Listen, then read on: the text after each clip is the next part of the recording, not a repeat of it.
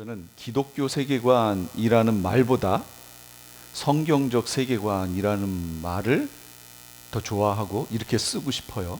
왜냐하면 기독교 그러면 우리가 아는 우리 교회는 장로교죠.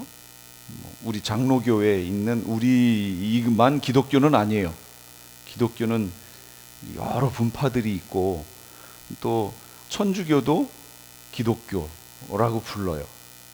그러니까 기독교 세계관 그러면은 이거는 조금 너무 포괄적이고 좀 다른 부분이 있어요. 그래서 제가 성경적 세계관 하는 것이 더 옳겠다 싶은 거죠.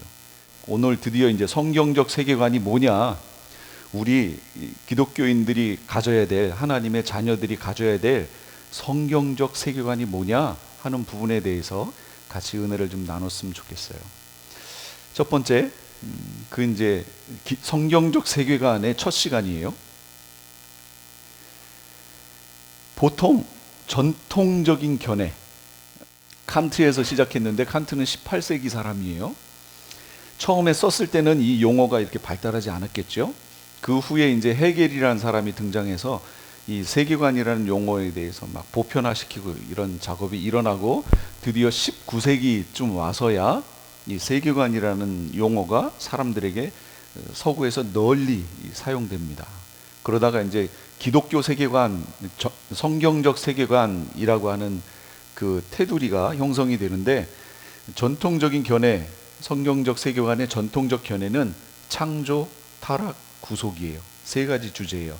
그래서 제가 그 책을 보니까, 제가 갖고 있었던 책을 보니까 87년도에 초판이 나왔던 책이더라고요. 그런데 제가 대학교 들어갈 때가 87년도인데 그때 이제 이 세계관 교육에 대한 그게 한국에서 막 일어났었어요. 그래서 제가 어떤 그룹에, 낙성대에 있는 어떤 그룹에 이렇게 가서 배우는데 거기에서 권해줬던 책이 바로 이제 저거예요. 창조, 타락, 구속. 이게 세 주제로 되어 있었어요. 그러다가 이제 성경적 세계관이 기독교 학교 또는 신학교에서 성경적 세계관을 가르쳐야 되는구나 라는 이런 붐들이 막 일어나기 시작해요. 저희 교단, 백석교단이요. 백석교단은 종합대학이에요. 지금 기독교 신학교만 있는 게 아니에요. 종합대학이에요. 그래서 거기서는 지금 현재 어떻게 하고 있냐면 성경적 세계관을 기본으로 하여 각각의 예술이면 예술, 경제면 경제, 이 분야가 성경적 세계관으로 어떻게 여기 적용해야 되느냐, 학교에서 어떻게 가르쳐야 되느냐, 이거를 하고 있어요. 그래서 교수들 전체를 모아놓고, 신학과 교수 말고 신학과 교수 포함 전체 교수들을 모아놓고 성경적 세계관 입장에서 본인들이 갖고 있는 과목 있잖아요. 음악이면 음악, 이런 걸 어떻게 교육하고 앞으로의 세상 속에 어떻게 이 음악이 성경적 세계관을 실천하는 데 사용될 수 있는가, 이거에 대해서 리포트 쓰고 교수들끼리 같이 회의하고 발표하고 그런 걸 했다고 그러시더라고요. 그래서 그래도 뭔가 좀 이렇게 앞서가려고 많이 애를 쓰는구나, 그런 생각을 했어요. 그런 연장선상에서 지금은 그 한동대라든지 이런 데도 기독교 성경적 세계관을 가르쳐요. 교수들이 있어요. 그 교수들 중에 최근의 견해는 창조, 타락, 구속, 완성까지 집어넣은 4단계로 얘기해요. 구속하고 옛날엔 끝났는데 이제는 완성이라고 하는 단계까지 나왔어요, 주제가. 근데 이제 저는 어떻게 보느냐, 저는 이렇게 봐요. 창조, 타락, 구속, 회복, 완성이라고 얘기를 하고 싶은 거예요. 우리가 계시록을 다 공부하잖아요. 그리고 메시아 왕국에 대한 공부도 다 했지요. 이 회복이라는 부분이 바로 메시아 왕국의 부분이에요. 이 부분은 대단히 중요해요. 그래서 저는 이제 앞으로 창조, 타락, 구속, 회복, 완성이라는 이 순차적인 단계로 설명을 할 거예요. 때로 어떤 단계에서는 2주 정도, 창조 같은 경우는 지금 2주 정도를 해야 돼요. 그리고 다른 것들은 제가 조정하면서 진행하도록 하겠습니다. 자, 오늘 할 건 뭐냐면 이제 창조의, 저 중에 5개의 주제 중에 창조의 부분을 얘기할 겁니다. 창조는 대단히 중요해요. 나머지 것들을 결정하는 데 있어서 저 창조가 시작이잖아요. 창조 안에 나머지 것들에 대한 내용이 다 들어있어요. 왜 우리 책을 볼 때 책의 서론에 그 나머지 얘기 다 있잖아요. 내가 어떤 방향으로 이걸 써 나가겠다, 이 내용이 서론에 다 있는 거 아니에요. 그것처럼 창조 안에 완성의 부분까지 다 있는 거예요. 그래서 창조에서 그 주제들을 우리가 이렇게 공부해 볼 필요가 있어요. 그런데 성경에 보면 저 창조의 부분이 창세기 1장, 2장, 3장? 3장은 이제 타락 부분이 또 나오니까, 그러니까 실제 창조와 관련된 부분은 1장, 2장 극히 적은 부분이에요, 실제로. 그런데 그 창세기 1, 2장에 있는 그 내용이 나머지 전체 계시록까지 있는 부분을 다 담고 있다. 그래서 대단히 중요하다, 그 얘기예요. 오늘 그 얘기를 좀 해보고 싶어요. 그럼 창조 안에는 어떤 내용들이 있는가? 첫 번째, 삼위일체 하나님의 협동 작품이다. 창조는 삼위일체 하나님의 협동 작품이에요. 자, 성부 하나님은 어떻게 하셨는가? 성경을 위해서 제가 찾았습니다. 다 같이 읽어볼게요. 창세기 1장 1절 시작. 태초에 하나님이 천지를 창조하셨다. 그 다음에 이사야 44장 시작. 너의 구원자 너를 모태에서 만드신 주님께서 말씀하신다. 내가 바로 만물을 창조한 주다. 나와 함께한 이가 없다. 나 혼자 하늘을 폈으며 땅도 나 홀로 폈으며, 계속이요.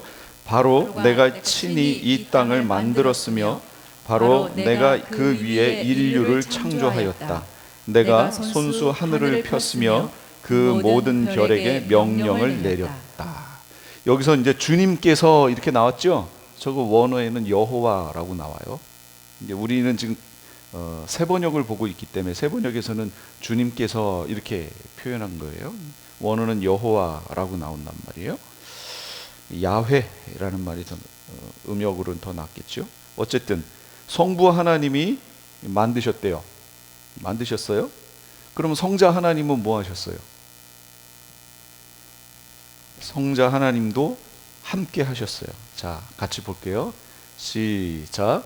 모든 것이 그로 말미암아 창조되었으니 그가 없이 창조된 것은 하나도 없다. 그는 세상에 계셨다. 세상이 그로 말미암아 생겨났는데도 세상은 그를 알지 못하였다. 만물이 그분 안에서 창조되었습니다.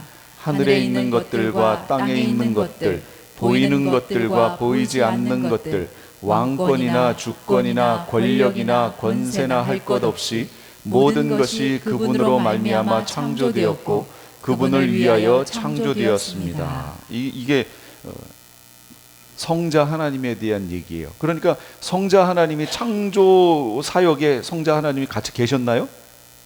계셨어요. 그러면 성령 하나님은 어떠셨나요? 성령 하나님도 계셨어요. 시작.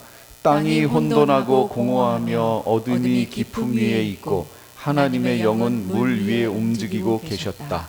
그분의 콧김에 하늘이 맑게 개며 그분의 손은 도망치는 바다 괴물을 찔러 죽인다. 저 콧김이 원어로 루아흐거든요. 루아흐는 영을 말하는 거예요. 영, 성령 하나님, 그분의 영이 성령이라는 말이에요. 그러니까 이 삼위일체 하나님이 창조 사역에 다 동원되셨어요. 삼위일체 하나님이 창조하신 거예요. 유대인들이 갖고 있는 신관하고 우리 기독교인들이 갖고 있는 신관은 조금 달라요. 이해를 하셔야 돼요. 어떻게 달라요? 뭐가 달라요?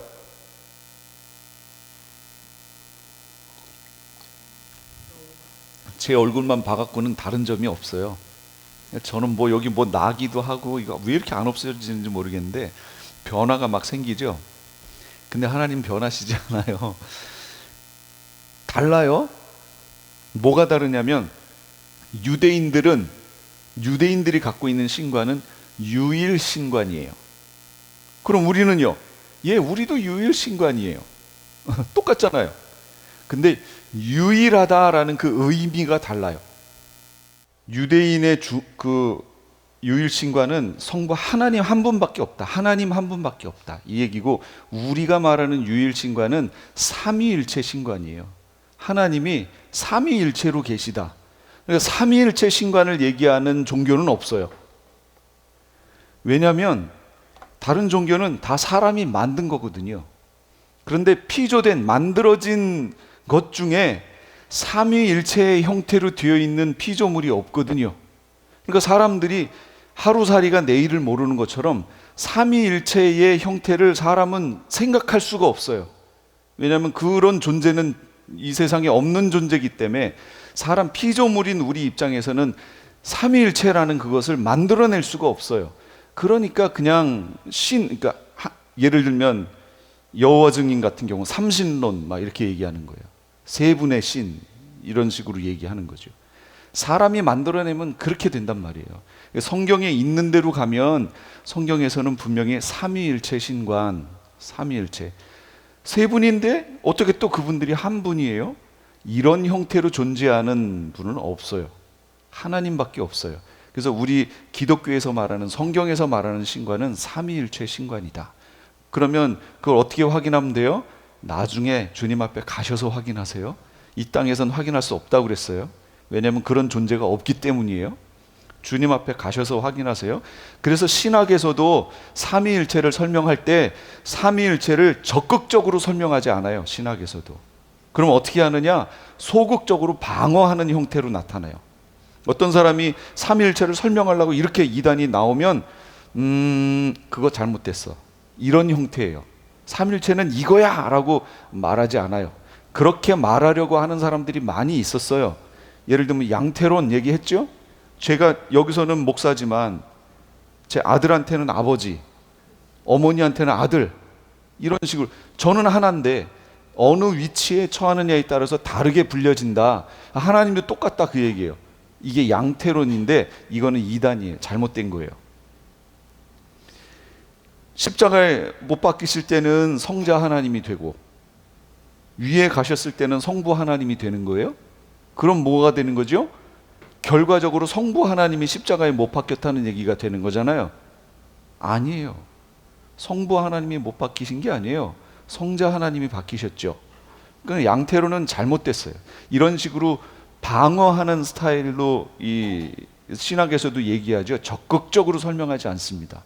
정확히 알고 싶으시면 가셔서 하나님께 여쭤보시고 가셔서 직접 이렇게 보세요. 우리의 차원을 우리가 떠날 때에야 삼위일체를 이해할 수 있어요.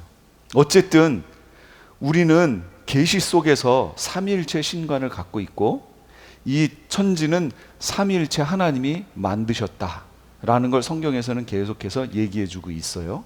여기까지는 이제 됐어요. 자, 그다음 창조는 또 뭐가 있냐면 무에서부터 유로 창조되었다. 무에서부터 유로 창조되었다. 그렇지 않나요? 만약에 유에서 유면 이건 창조가 아니잖아요. 이건 진화지요. 그래서 무에서 유, 저걸 절대 창조라고 얘기해요. 자, 봅시다. 창세기 1장 1절 다 외우시죠? 시작. 태초에. 그 구절이 종속절이냐 독립절이냐 이거예요. 그러면 종속절은 뭐고 독립절은 뭐냐? 독립절은 말 그대로 1장 1절만 놓고도 나머지가 없어도 그냥 그것 자체로 말이 되는 거예요. 종속절은 1장 1절만 가지고는 문장이 완성이 안 돼요. 다른 뭔가가 또 필요한 거예요. 이걸 종속절이라고 얘기를 해요. 그러면 1장 1절은 종속절이냐 독립절이냐? 무슨 얘기냐? 1장 1절 태초에 하나님이 천지를 창조하셨다 그랬죠. 그 다음 2절은 뭐예요? 땅이 혼돈하고 공허하며 흑암이 깊음 위에 있고 하나님의 씨는 수면에 운행하시니라 이렇게 나왔잖아요. 저게 종속절이면은 2절이 이렇게 같이 붙어야 하나의 어떤 형태의 표현이 되는 거예요. 완성된 표현. 그러면 종속절인지 독립절인지 한번 우리가 연구를 좀 해봐요. 만약에 종속절로 해석을 할 경우 어떻게 되나 보세요. 이게 왜 중요하냐? 이제 보시면 알아요. 종속절이라고 하면 저 1장 1절을 어떻게 해석해야 되냐면 이렇게 해석해야 되는 거예요. 태초에 하나님이 천지를 창조하실 때 2절로 땅이 혼돈하고 공허하며 어둠이 깊음 위에 있고 하나님의 영은 물 위에 움직이고 계셨다. 이렇게 해야 완성이 되는 거예요. 그리고 이제 3절로 가서 하나님이 말씀하시기를 빛이 생겨라 하시니 빛이 생겼다. 요게 이제 종속절로 해석하는 방법이에요. 그러면 이게 무슨 의미냐? 천지가 창조될 때 이미 2절의 상황이었어요. 하나님이 천지를 창조하실 때 땅이 혼돈하고 공허하고 어둠이 깊음 위에 있고 하나님의 영은 물 위에 움직이고 계셨어요. 바로 그때 하나님이 천지를 창조하셨다는 거예요. 그럼 이거 무슨 얘기예요? 무에서 유로의 창조가 아니란 얘기예요. 문장이 이해되셨어요? 이렇게 되면 하나님이 창조하시려고 할 때의 상황이 땅이 혼돈하고 공허하고 어둠이 깊음 위에 있고 하나님의 영은 물 위에 움직이고 계시는 상태였다라는 거예요. 그러면 벌써 뭐가 있지요? 뭔가가 있잖아요. 그러니까 무에서 유의 창조가 아니다라는 거예요. 그런데 실제로 저렇게 성경을 해석하는 경우가 있어요. 그러면 있나 없나 한번 확인해 볼까요? 자, 여러분이 받으신 성경을 쫙 펼쳐보세요. 있나 없나 한번 보세요. 거기에 1장 1절 해놓고 태초에 해놓고 그 태초에다가 1 해놨죠. 1 밑으로 가서 주석 보세요. 맨 밑에 가서 뭐라고 해석해놨어요 거기에? 그랬죠? 또는 하고 태초에 하나님이 천지를 창조하실 때에 또는 하나님이 천지를 창조하기 시작하셨을 때에 해놨죠. 그건 뭐냐면 어떤 성경은 이렇게 해석해놨다 이걸 말하는 거예요. 처음 위에는 태초에 하나님이 천지를 창조하셨다 했지만 어떤 성경에는 태초에 하나님이 천지를 창조하실 때에 이렇게 해놓은 성경도 있다라는 걸 지금 말하는 거예요. 있죠? 종속절로 해석해 놓은 성경 있죠? 네, 있어요. 실제 영어 성경에도 찾아보시면 있어요. 그러면 그건 뭐가 되는 거냐면 무에서 유를 창조하신 게 아니고 기존에 있던 거에서 하나님이 무슨 일을 하셔서 만들어내셨다라는 거예요. 이게 이해가 되셨나요? 그럼 독립절로 해석하면 어떻게 되느냐? 독립절은 이거예요. 말 그대로 태초에 하나님이 천지를 창조하셨다. 땅이 혼돈하며 흑암이 깊음 위에 있고 하나님의 신은 쭉 그 다음에 이렇게 된 거예요. 이건 무슨 의미냐면 1절에서 이미 창조됐고 하나님이 창조하셨어요. 그 창조하신 원 모습, 최초의 모습 그게 뭐냐면 땅이 혼돈하고 공허하며 어둠이 깊음 위에 있고 하나님의 영은 물 위에 움직이고 계신 것. 그게 하나님이 처음 창조하셨을 때의 그 모습이라는 거예요. 아무것도 없었는데 태초에 하나님이 천지를 창조하셨다 선포됐죠. 그 처음 창조된 모습이 2절이라는 거예요. 이해가 되셨어요? 그래서 독립절로 보느냐 종속절로 보느냐에 따라서 이렇게 달라져요. 성경 해석이. 종속절로 보면 유에서 유의 창조가 돼요. 그러면 뭐랑 똑같아지는 거냐면 진화론자들하고 비슷해지는 거예요. 아니 하나님이 없던 것에서 만든 게 아니고 그냥 있던 걸 그냥 이렇게 만든 거예요. 한마디로 나무가 있는데 이 나무를 가져다가 뚝딱뚝딱 해서 의자를 만들어 놨어요. 이런 꼴이라는 거예요. 독립절로 하면 그게 아니고 의자 자체를 땅 하고 만들었다라는 거예요. 없었는데 만들었다. 그러면 이걸 뒷받침해 주는 얘기가 뭐냐? 이거예요. 태초하고 창조라는 이걸 한번 볼게요. 태초는 언제를 의미하는가? 태초가 언제예요? 저 태초라는 말이 어디서 주로 사용됐죠? 여러분 사용된 데를 얘기해 보세요. 창세기 1장 1절. 그다음 또 어디에 저 태초가 있어요? 요한복음 1장 1절. 창세기 1장 1절은 태초에 하나님이 천지를 창조하시니라. 요한복음 1장 1절은 태초에 말씀이 예, 태초에 말씀이 계시니라. 이거죠. 태초에 하나님이 천지를 창조하시니라. 태초에 말씀이 계셨다. 그 말씀은 하나님과 함께 계셨다. 그 말씀은 하나님이셨다. 그럼 저 두 개의 태초가 있잖아요. 저 두 개의 태초가 똑같은 의미의 태초가 아니에요. 무슨 말이냐면 창세기 1장 1절의 태초는 여기 말하는 거예요. 지금 제가 여기 표현한 요거 있죠? 이게 뭐냐면 하나님이 만드신 처음 하늘과 처음 땅 말하는 거예요. 지금 우리가 살고 있는 이 세계 말하는 거예요. 저거를 태초에 하나님이 천지를 이거를 창조하셨다 할 때 저 태초가 거길 말하는 거예요. 그런데 요한복음에서 말하는 태초에 말씀이 계셨다, 저거는 뭐냐면 그것보다도 더 전, 이 처음 하늘과 처음 땅이 만들어지기도 전 하나님이 계셨을 때, 삼위일체 하나님으로 계셨을 때, 그때를 말하는 거예요. 그때 말씀이 계셨대요. 그런데 그 말씀은 하나님과 함께 계셨대요. 그 말씀이 하나님이래요. 그런데 이 뒤로 가면 말씀이 육신이 되어 우리 가운데 거하심에 그랬잖아요. 그럼 말씀이 육신이 되신 분이 누구예요? 성자 하나님이죠. 그러니까 여기서 말하는 말씀은 성자 하나님을 얘기하는 거예요. 그러면 요 하나님은 누구예요? 성부 하나님 얘기하는 거예요. 그러니까 그 전에 성자 하나님, 성부 하나님이 함께 계셨음을 지금 표현해 주는 말씀이에요. 이게 태초가 저렇게 달라요. 이해하고 보셔야 돼요. 그리고 지금 요 부분이 시간이 있는 부분이에요. 시간, 우리 시간, 시작과 끝 이렇게 얘기하는 부분. 그 태초라는 부분은 시간이 없어요. 영원의 부분이에요. 시간이 없던 부분. 왜냐하면 시간도 피조물이기 때문인 거죠. 이해가 되시죠? 그러니까 하나님은 저 영원 전 저기서부터 계셨어요. 그 계신 분이 시간이라는 어떤 형태를 갖고 있는 지점을 만드셨어요. 처음과 끝을. 그리고 여기로 새하늘과 새 땅으로 넘어가면 여기는 영원한 곳이에요. 그러니까 시간을 초월한 곳이에요. 여기서 시계 차고 다닐 필요 없어요. 천국에서. 여기선 그런 게 통하지 않아요. 여기서는 그냥 내가 마음으로 생각만 해도 거기로 가요. 그러니까 시간이 통제받지 않는 그런 곳이라는 거죠. 그러니까 시간을 초월한 곳이에요.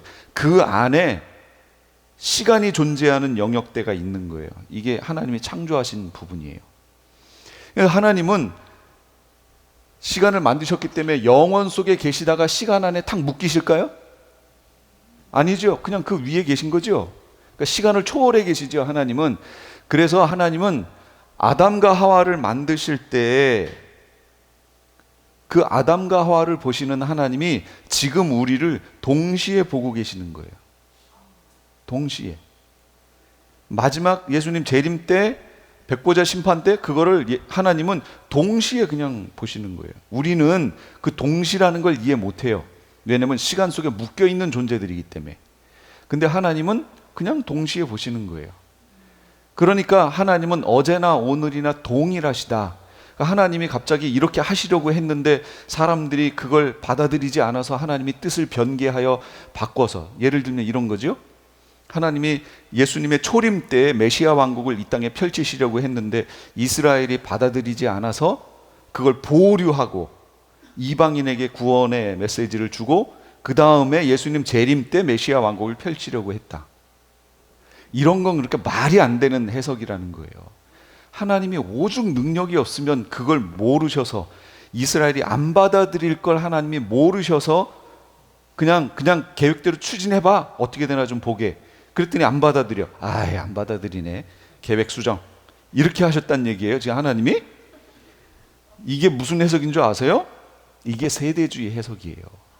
그래서 제가 너무 황당하다는 거예요. 제가 세대주의 책을 읽으면서 거기다가 그래서 밑줄을 쭉쭉 그어놓고 물음표를 이렇게 막 몇 개를 해놨어요.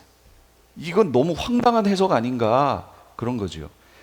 예수님 초림부터 재림, 그 다음에 이스라엘이 받아들이지 않는 이 모든 사건은 이미 정해져 있는 사건이에요. 그걸 하나님이 계획하시고 그렇게 하신 거예요. 왜냐하면 시간을 초월해 계시기 때문에 그래요. 하나님은. 여기까지 이해되셨죠? 그림을 잘 그리면서 하세요. 성경에는 어떤 교수님은 그림 언어 이렇게 표현을 하셨어요. 우리가 지금 그림 언어, 아주 쉬운 그림 언어 두 가지 교회에 있다고 그랬죠. 뭐예요? 보이는 언어, 세례가 있고 성찬이 있고. 보이는 언어죠. 그때는 아무 얘기 안 하고 그거를 해도 그 보이는 그걸 통해서 말씀하시는 거예요. 주님께서. 그것처럼 우리가 말씀을 볼 때도요, 보이는 언어로 이렇게 만들어 놓고 이해하면은 쉬워요. 보이게끔 제가 지금 해놨어요. 그러니까 이 안에서 성경을 잘 이해해 보세요. 자, 그러면 여기에서 제가 지금 얘기하고 싶은 건 뭐냐면, 한 가지 이제 참고, 천사는 언제 만들었을까요? 그러면 요거는 이게 그림이 나왔기 때문에 그냥 지나가는 말로 하는 거예요. 천사는 언제 만들었을까요? 천사가 피조물인가요? 예, 피조물이에요. 똑같아요. 그림 똑같은 이 상황에서 우리 인류는 요때 나왔죠. 그럼 천사는 언제 나왔느냐라는 거죠. 요한복음 태초에 저때 천사가 만들어졌어요? 제가 성경을 넘어가면 안 되죠. 그럼 이단이 되는 거예요. 그런데 실제로 성경을 넘어가서 해석하는 분들이 계세요. 무슨 귀신론 얘기하는 분들이라든지 그런 분들이 여기서 이제 넘어가요. 그런데 천사가 언제쯤 만들어졌는지는 대략 이렇게 나와 있어요. 내가 땅에 기초를 놓을 때 네가 거기에 있기라도 하였느냐? 하나님께서 욥에게 지금 얘기하시는 거예요. 네가 그처럼 많이 알면 내 물음에 대답해 보아라. 내가 이 땅을 설계하였는지, 누가 이 땅을 설계했는지 너는 아느냐? 누가 그 위에 측량줄을 띄웠는지 너는 아느냐? 무엇이 땅을 버티는 기둥을 잡고 있느냐? 누가 땅에 주춧돌을 놓았느냐? 그날 내가 땅에 기초를 놓을 때, 놓는 그날 새벽에 별들이 함께 노래하였고 천사들은 모두 기쁨으로 소리를 질렀다. 이게 개역개정에는 천사들이 아니고 하나님의 아들들이 이렇게 나와요. 그래서 하나님의 아들들, 구약에서의 하나님의 아들들은 천사들을 말하는 거예요. 명심하세요. 그래서 하나님의 아들들이 사람의 딸들을 보고 그들을 아내로 취해서 만들어진 결과물이 뭐예요? 네피림. 하나님이 네피림을 만드신 거예요? 아니죠. 하나님이 창조하시지 않은 형태의 것이 나오면 하나님께서는 그걸 심판하세요. 그래서 노아의 홍수가 나오는 거예요. 그래서 자, 이제 이거 나중에 또 얘기할게요. 천사들이 모두 기뻐 소리 질렀대요. 언제? 그날에. 그날이 언젠데요?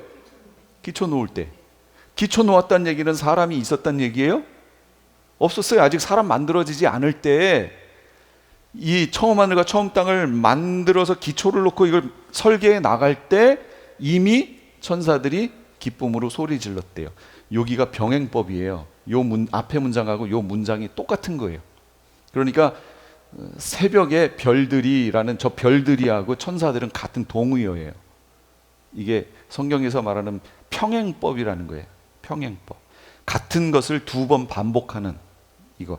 시편에 저거 되게 많아요. 천사들은 사람들을 처음 하늘과 처음 땅이라는 사람들이 존재하는 천지가 만들어지기 전에 있었어요. 만들어졌어요. 이미. 근데 그 시점이 언제냐? 몰라요. 그건 안 나와요. 그러니까 여기까지만 봐야 돼요.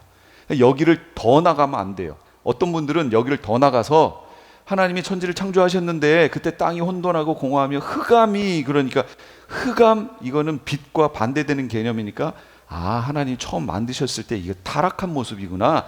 그래서 이 천사들이 그때 타락했다라고 얘기하는 분들이 계시는 거예요. 아니, 그렇게 보시면 안 돼요. 우리는 그냥 여기까지만 딱 보면 돼요. 더 나가지 마세요. 천지 창조 때 천사들이 보고 다 기뻐하며 소리 질렀어요. 이제 중요한 거예요. 이제 창조라는 단어에 대해서 우리가 좀 볼게요. 창조라는 단어는 히브리어로 빠라라는 단어예요. 빠라. 이건 의미가 뭐냐면 무에서 유로 만들어질 때 쓰는 단어예요. 그러니까 창조는 아무데나 가서 창조했다, 우리는 그냥 그렇게 하는데 성경에서는 아무데나 저 빠라라는 단어를 쓰지 않아요. 무에서 유가 나올 때만 창조라는 저 빠라라는 단어를 써요. 이전에는 존재하지 않았던 거, 그걸 존재하게 만들 때만 쓰는 단어예요. 그러니까 이 단어는 성경에서 하나님과 관련해서만 사용할 수 있죠. 왜냐? 하나님이 창조주니까. 하나님 외에 뭔가를 창조할 수 있는 존재가 있어요? 없어요. 그럼 만약에 있다면 그가 창조주지요. 예. 근데 하나님만이 유일하신 창조주시기 때문에 저건 하나님께 대해서만 쓸 수 있는 단어예요. 빠라라는 단어가 나오면 반드시 주어는 하나님이 되는 거예요. 특히 어떤 재료를 가지고 다른 것을 만드는 거, 아까 얘기했듯이 제가 나무를 가져다가 가공해서 의자를 만들든지 아니면 피노키오를 만들든지, 이건 다시 만들어진 거죠. 원 재료를 가지고. 이럴 때는 빠라란 단어를 안 써요. 쓸 수가 없어요. 한번 제가 성경에서 그러면 확인해 볼게요. 사람은 창조된 건가요? 사람은 창조됐나요? 진짜요? 흙으로 사람을 지으시고, 이렇게 표현했어요. 뭘로? 흙으로. 재료가 들어갔죠. 그럴 때는 창조란 단어를 안 쓴다고 그랬잖아요. 지으시고. 그러면 어떤 분들은, 성경을 읽으신 분들은 이상한데? 왜 이상해요? 하나님이 당신의 형상대로 사람을 창조, 나오잖아요. 하나님의 형상대로 사람을 창조하시고 하나님이 그들을 남자와 여자로 창조하셨다, 나오잖아요. 창조인데 어디서는 지으시고 어디서는 창조고. 그러면 저걸 어떻게 이해하셔야 되냐면, 흙으로 사람을 지으시고, 뭘 지으신 거예요? 흙으로 사람의 뭐를? 육체. 사람의 육체를 지으시고. 그러니까 사람의 육체는 창조물이 아니에요. 기존에 있던 걸 가지고 만드신 거죠. 지으시고 이렇게 얘기하는 거예요. 그런데 여기 밑에 가니까 여긴 또 사람을 창조하셨다고 그러잖아요. 그러면 여기서 말하는 사람과 저기서 말하는 사람은 조금 다르다는 거예요, 표현이. 뭐가 달라요? 하나님의 형상대로 사람을 창조하셨대요. 그럼 여기서 말하는 사람은 이전에는 없었던 존재라는 거죠. 창조라고 했으니까. 그렇죠? 이전에는 없었던 존재를 하나님이 창조해 내신 거예요. 그 위에 육체는 흙을 가지고 만들었으니까 창조가 아니고. 그러면 여기서 말하는 이 사람은 뭐냐? 육체와 영체가 합쳐져 있는 형태의 존재. 육체와 영체가 합쳐져서 사람이라고 불리는, 아담이라고 불리는 그 존재는 이전에 없었어요. 없었죠? 영체로만 있었던 존재들은 있었나요? 첫째, 하나님은 무엇이라고요? 영이시니. 하나님 있네요. 그 다음에 제가 아까 천사는 그 앞에서 만들었다고 그랬죠? 그럼 천사들은 뭐예요? 영체잖아요. 이렇게 영체는 존재했는데 육체와 영체가 한꺼번에 들어간, 그래서 완전히 새로운 존재, 그때까지의 세상에는 없었던 존재, 이건 없었다는 거예요. 그 존재를 하나님이 창조해 내신 거예요. 우리는 그런 존재예요. 우연히 만들어진 게 아니에요. 창조된 거예요. 없었던 존재가. 진화론은 뭐예요? 영겁의 세월을 통하여 우연히 단세포 동물이 다세포가 되고 거기서 또 다시 분열이 되고 이러면서 진화가 일어나고 해서 결과적으로 지금 우리가 나왔다고 지금 얘기하는 거죠. 근데 성경은 뭐라고 하냐면 창조라고 얘기하는 거예요. 우리는 예전에 없었던 존재예요. 이런 형태의 존재는 없었어요. 하나님이 창조해 내셨어요. 그리고 남자와 여자를 창조하셨어요. 스미스는 없어요. 스미스라는 존재는 여기에 없어요. 아담과 하와는 있는데 여기 스미스라는 중성적 존재는 없어요. 지금 얼마나 많은 사람들이 새로운 존재를 여기다 만들어서 껴놓고 남자도 아닌 것이 여자도 아닌 것이 엉망으로 지금 막 얘기하고 있죠. 근데 제가 아까 하나님께서 창조하시지 않은 형태의 무엇이 나타나면 하나님이 어떻게 하신다고 그랬죠? 심판하신다고 그랬죠. 심판해서 그걸 없애버리세요. 그러면 질문, 죄는 하나님이 만드신 건가요? 죄. 그러면 또 질문, 하나님이 만드시지 않은 것이 어떻게 존재할 수 있죠? 죄는 하나님이 만드신 게 아니에요. 그럼 뭐냐? 변질된 거예요. 하나님은 우리에게 이만큼 할 수 있는 가능성으로 우리 존재를 만드셨어요. 사람이 할 수 있는 가능성은 여기까지예요. 아니 그 넘어 모든 걸 할 수 있다 그러면 하나님인 거죠. 그러니까 우리는 하나님이 아니잖아요. 그래서 우리가 할 수 있는 모든 영역은 여기까지예요. 할 수 있어요? 그런데 하나님께서는 여기까지를 허용하시지 않고 여기까지라고 한계를 정하셨어요. 한계를. 그리고 이 뒤로 넘어가면 하나님이 안 기뻐하신다는 거예요. 왜냐하면 하나님이 여기까지만 하고 할 수는 있지만 여기까지만이라고 한계를 정하셨다는 거예요. 예를 들면 천사들도 자기 위치가 다 있지요. 그 위치에서 순종해야 되는 거예요. 그런데 유다서나 이런 데 보면 천사들이 어떻게 했다고요? 자기의 위치를 벗어났다고. 한계를 벗어났다고. 그래서 그 천사들을 무적행에 가두신 거 아니에요. 이 땅에서 그들의 존재를 가둬버리신 거예요. 사람도 이만큼을 할 수 있지만 하나님이 한계를 정하셨어요. 여길 넘어가지 말라고. 아담과 하와에게 동산에 있는 모든 거 다 먹어도 돼. 다 먹어도 돼. 그거 너희들 주려고 만든 거야. 푸른 풀을 식물로 주느라 과일도 이 황전도사 같은 경우 거기다 갖다 놓으면 잘 살 거예요.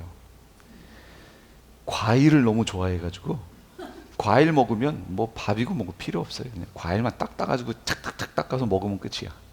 얼마나 좋아요. 저는 과일 먹으면 이런 거 단 거 먹으면 반드시 밥을 먹어서 밥과 김치를 통해서 한번 입을 이렇게 헹궈내야 되거든요. 그 모든 것을 다 먹어도 돼. 다 먹어도 돼. 그런데 하나님이 어떻게 하셨어요? 한계를 하나를 딱 정하셨어요. 여기는 넘어가지 마. 선악과 라는 한계를 정하셨어요. 여기 넘어가면 내가 안 기뻐해. 이거예요. 이걸 통해서 하나님의 존재를 인식하라는 거예요. 우리가 모든 것을 할 수 있다고 생각하면 안 된다는 거죠. 우리 한계를 인정하고 하나님의 주권에 무릎 꿇어라, 그 얘기하는 거예요. 남자와 여자를 창조하셨어요. 그런데 하나님은 남자와 여자라고 하는 한계를 정확하게 정하셨어요. 근데 지금 사람들은 남자와 여자 말고 제3의 성이 있다고 얘기하는 거예요. 근데 그 제3의 성도 누가 결정해요? 자기가 결정한대요. 아담을 만들어 놨더니 하와처럼 행동해. 하와를 만들어 놨더니 아담처럼 행동해. 이러면 하나님 질서가 틀어진 거죠. 거기에다가 다른 걸 또 만들어 놔. 이러면 하나님이 어떻게 하신다고요? 변질되면 어떻게 하신다고 그랬죠? 심판하신다고 그랬죠. 그래서 7년 환란이 있는 거예요. 심판하시는 거예요. 그러니까 마지막 심판 때가 되면 이렇게 변질된 것들이 당연한 것처럼 세상 속에 드러나서 목소리를 키우기 시작해요. 소돔과 고모라가 어떻게 됐어요? 예, 멸망한 거예요. 제3의 성을 만들어 놓으니까, 동성애하고 하나님이 만들어 놓으신 그것을 변질시키니까. 그 변질이 죄거든요. 하나님이 만들어 놓으신 그대로를 둬야 되는데 사람은 가능해요. 할 수 있어요. 요 안에만 있으면 되는데 이걸 벗어난 거예요. 그래서 하나님의 심판을 받아요. 창조하셨어요. 창조가 이런 뜻이에요. 그러니까 아까 창세기 1장 1절로 다시 넘어가 보면 태초에 하나님이 천지를 창조하실 때에 라고 해석하면 안 되는 거죠. 그거는 이미 있던 걸 가지고 하나님이 하시는 거니까 무에서 유의 창조가 아니지요. 그거는 태초에 하나님이 천지를 창조하셨다 하고 시작해야 되는 거예요. 그래서 만들어진 상황이 2절의 상황이고, 자, 그 다음부터는 어떻게 되나 보세요. 하나님께서 이미 만들어져 있는 재료를 가지고 만드시는 거예요. 만드시는 거. 예를 들면 땅 한번 생각해 보세요. 하나님이 무틀 만드실 때 어떻게 만드셨어요? 세 번째 날인가 만드시지요. 그때 어떻게 만드셨어요? 거기 한번 읽어주세요. 예, 말씀하시되 하늘 아래에 있는 물은 한 곳으로 모이고 뭇은 드러나거라 하셨어요. 그럼 이 광경 생각해 보세요. 묻이 있고 땅이 있고 물이 그 위를 덮치고 있었다는 거죠. 그러니까 이 상황에서 하나님이 물은 한 곳으로 다 모이고 따로 모이고 묻이 이렇게 드러나라 하고 물이 갈 수 있는 한계를 하나님이 딱 정해 놓으신 거예요. 그리고 이 모인 물들을 바다라고 얘기를 하시는 거죠. 그리고 묻이 이렇게 드러나라고 하셨죠. 그러면 이게 뭐예요? 창조예요? 창조예요? 아니죠. 이미 2절에 있는 상황에서 그걸 가지고 이렇게 만드신 거죠. 재료를 가지고.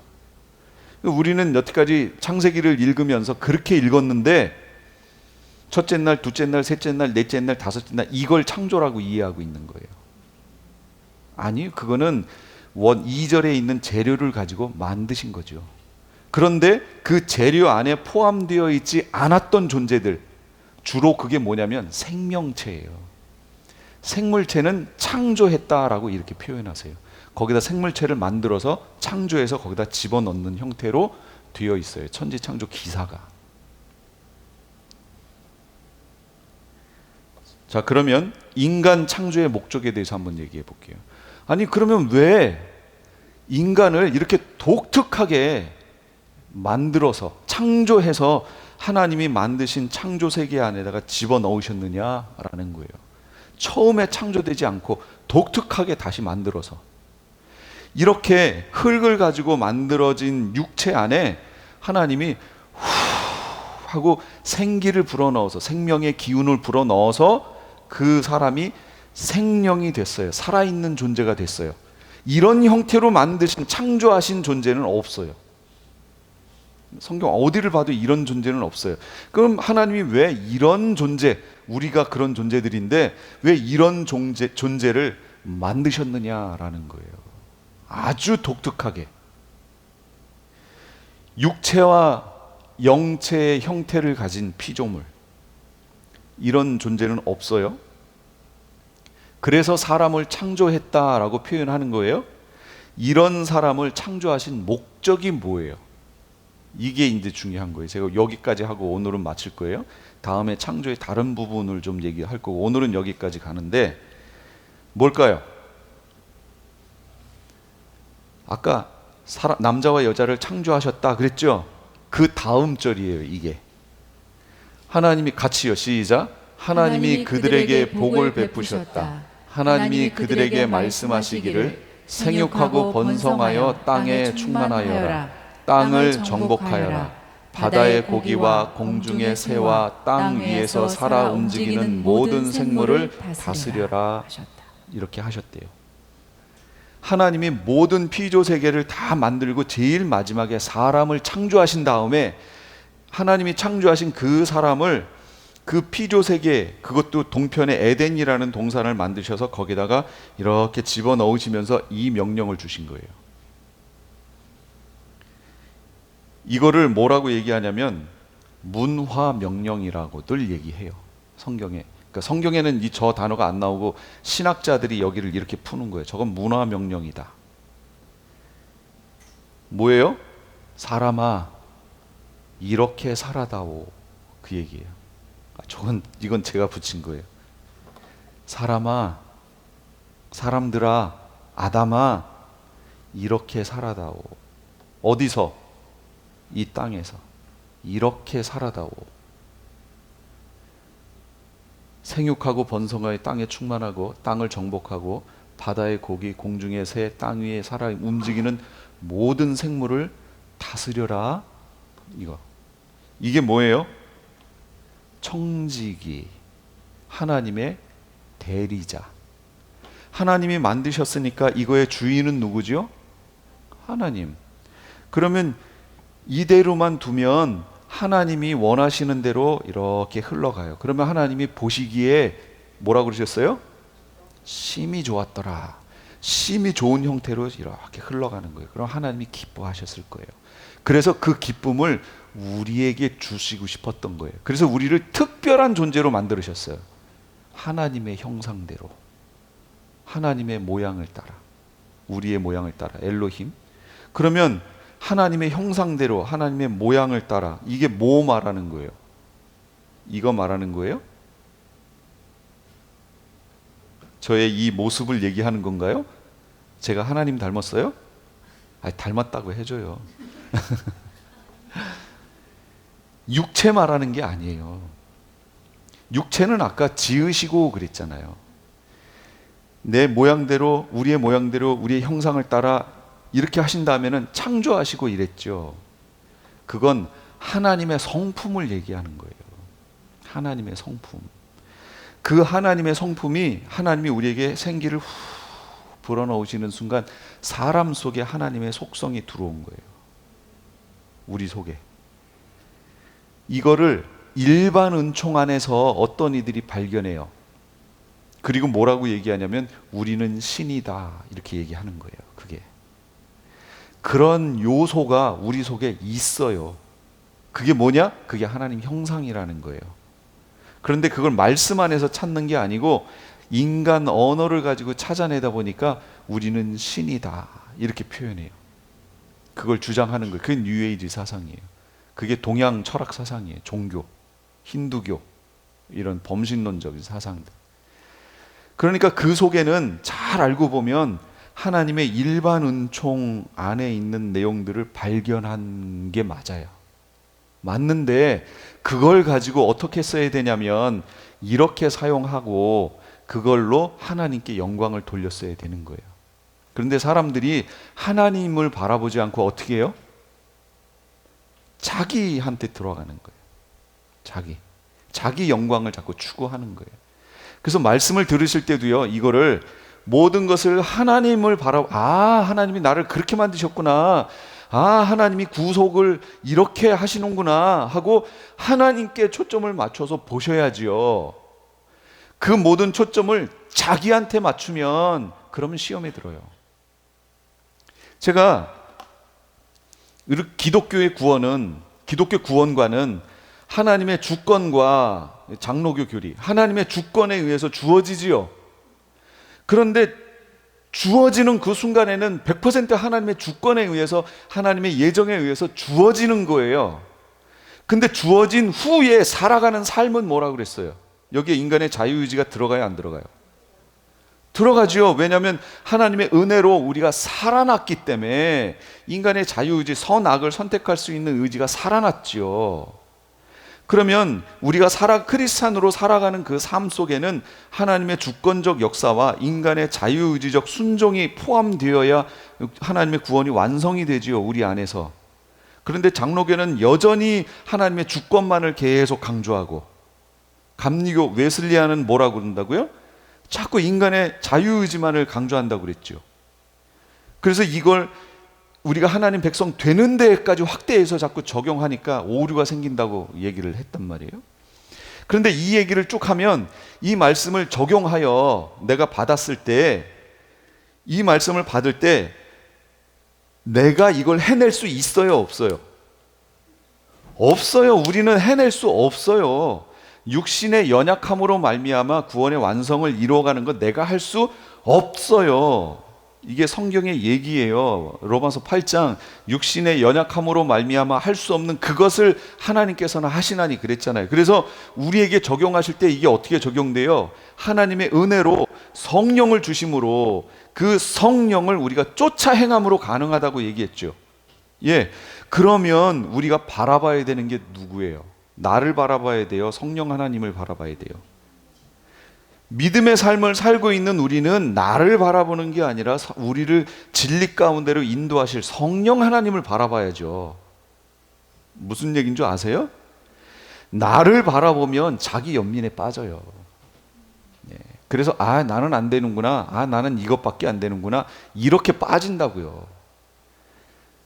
하나님을 바라봐야죠. 그렇죠?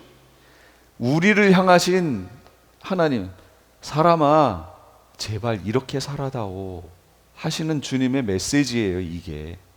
그럼 제가 지금 세계관하고 세계관 얘기를 하는데, 그래서 그 첫날 뭐라고 얘기했냐면, 저 문화라는 말이 무슨 말이었어요?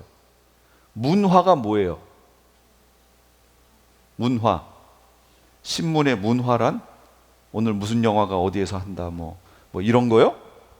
그게 아니고, 문화라는 표현은 뭐냐면 세계관이 보이는 형태로 밖으로 드러난 거, 그게 문화잖아요. 제가 성경적 세계관을 가지고 그 세계관대로 살아낸 삶의 흔적이 문화잖아요. 그렇죠? 그러니까 세계관과 문화는 따로 떼놓을 수가 없어요. 문화 명령이라는 게 뭐예요? 세계관 명령하신 거예요. 하나님 백성답게 살아다오, 그 얘기예요. 그럼 하나님 백성답게 사는 게 뭐예요? 다스림, 청지기, 하나님의 대리자. 이 땅에서 하나님의 대리자로 살아다오. 예를 들면 이 세상이 오염이 돼요. 크리스찬들은 어떻게 해야 되는 거예요? 그 오염이 하나님의 뜻이에요? 아니에요. 하나님의 대리자는 어떻게 해야 되냐면 세상을 하나님이 보시기에 심히 좋았더라 하는 형태로 갖고 가야 되는 거예요. 이게 사람들에게 주신 메시지예요. 폭력과 살인과 마약과 이게 판을 쳐요. 이거 하나님이 기뻐하시는 세상이에요? 아니에요. 그러면 크리스찬들은 어떻게 해야 되는 거예요? 하나님이 기뻐하시는 세상으로 그걸 바꿔가야 되는 거예요. 그 세상 속에 하나님께서 명령을 내리셨어요. 세상을 어떻게 살아야 하는지. 사람아 제발 이렇게 살아다오. 하나님의 대리자로 이 세상 속에 살아다오. 이게 하나님 메시지예요. 근데 우리는 어떻게 한다고요? 예수 믿고 빨리 죽어서 천국 가는 거, 이 꿈꾸시죠? 이러면 성경적이지 않은 거예요. 이 계시록 세미나 오신 어떤 장로님, 예전에 LA에서 할 때, 그분은 말끝마다 무슨 질문하신 다음에 결론이 그래서 빨리 죽어야 돼요. 예수 믿고 빨리 죽어야 돼요. 계속 그러시는 거예요. 빨리 죽자고 얘기한 게 아니잖아요, 제가 지금. 그건 성경적 세계관이 아니에요. 성경적 세계관은 뭐예요? 하나님 백성의 대리자로 이 땅에서 살아다오, 그 얘기예요. 그 명령, 그게 문화 명령. 그렇게 살아다오. 우리가 살아가는 삶의 위치에서 각각 달라요. 어떤 사람은 많은 영향력을 행사할 수 있는 사람이고, 어떤 사람은 그렇지 못해요. 그냥 본인이 속해 있는 조그만 거기에 영향력을 미칠 수 있는 사람이에요. 상관없어요. 하나님은 많냐 적냐를 따지시는 게 아니라 나에게 주신 그 삶의 영역에서 정말 하나님의 뜻을 드러내면서 살고 있느냐, 이대로 세상 대리자로서의 삶을 살아가고 있느냐, 세상을 그렇게 변화시키며 지금 살아가고 있느냐, 내가 다니는 직장 속에서 크리스찬 하나님의 백성으로서의 정체성을 드러내면서 그 내가 사는 그 주변을 그렇게 바꿔가며 불신과 거짓말과 질투와 이런 것들, 승진하기 위해서는 저 사람 밟아버려야 돼, 이런 세상 속에서 그게 아니고 그 사람을 세워주려고 하고, 그는 흥하여야 하겠고 나는 쇠하여야 하리라라는 세례 요한의 고백처럼 정말 세상의 하나님의 대리자처럼 그렇게 살아가는 거, 그러면 하나님은 기쁘게 평가해 주시겠다는 거예요. 그 사람을 많은 게 아니고 내 속에서 할 수 있는 것을 최선을 다하여 그렇게 살았느냐, 그걸 평가해 주시겠다는 거예요. 그걸 상으로 주시겠다는 거예요. 그러니까 예수 믿으면 빨리 가야지, 이런 얘기 하시지 마세요, 제발. 명령이 이거예요. 사람아, 아무개야, 이렇게 살아다오, 세상 속에서. 이 교육이 어린 아이들 속에 있었으면 얼마나 좋겠어요. 아이들 교육이 이걸로 되어서 쭉 세계관 교육이 처음부터 됐다면, 교회 안에서의 아이들 교육 말하는 거예요. 이렇게 되면 애들이 무슨 전공을 갖든지 그 속에서 하나님의 영광을 위해서 내가 어떻게 살아야 하는지를 결정할 거란 말이죠. 근데 교회에서 이런 교육이 없으니까 어떻게 돼요? 이것 따로, 직업 따로, 교회 따로, 학교 따로, 교회 따로. 그래서 머리가 깰 때쯤 되면 이제 교회 안 나오기 시작하는 거예요. 이런 상태가 되는 거예요. 참 안타깝습니다. 우리에게 명령하신 거예요. 이름을 불러가면서 아무개야, 이렇게 살아다오. 내가 너를 이렇게 창조했어. 이렇게 살아다오 하시는 그 메시지가 오늘 우리에게 다 들려지시기 원합니다.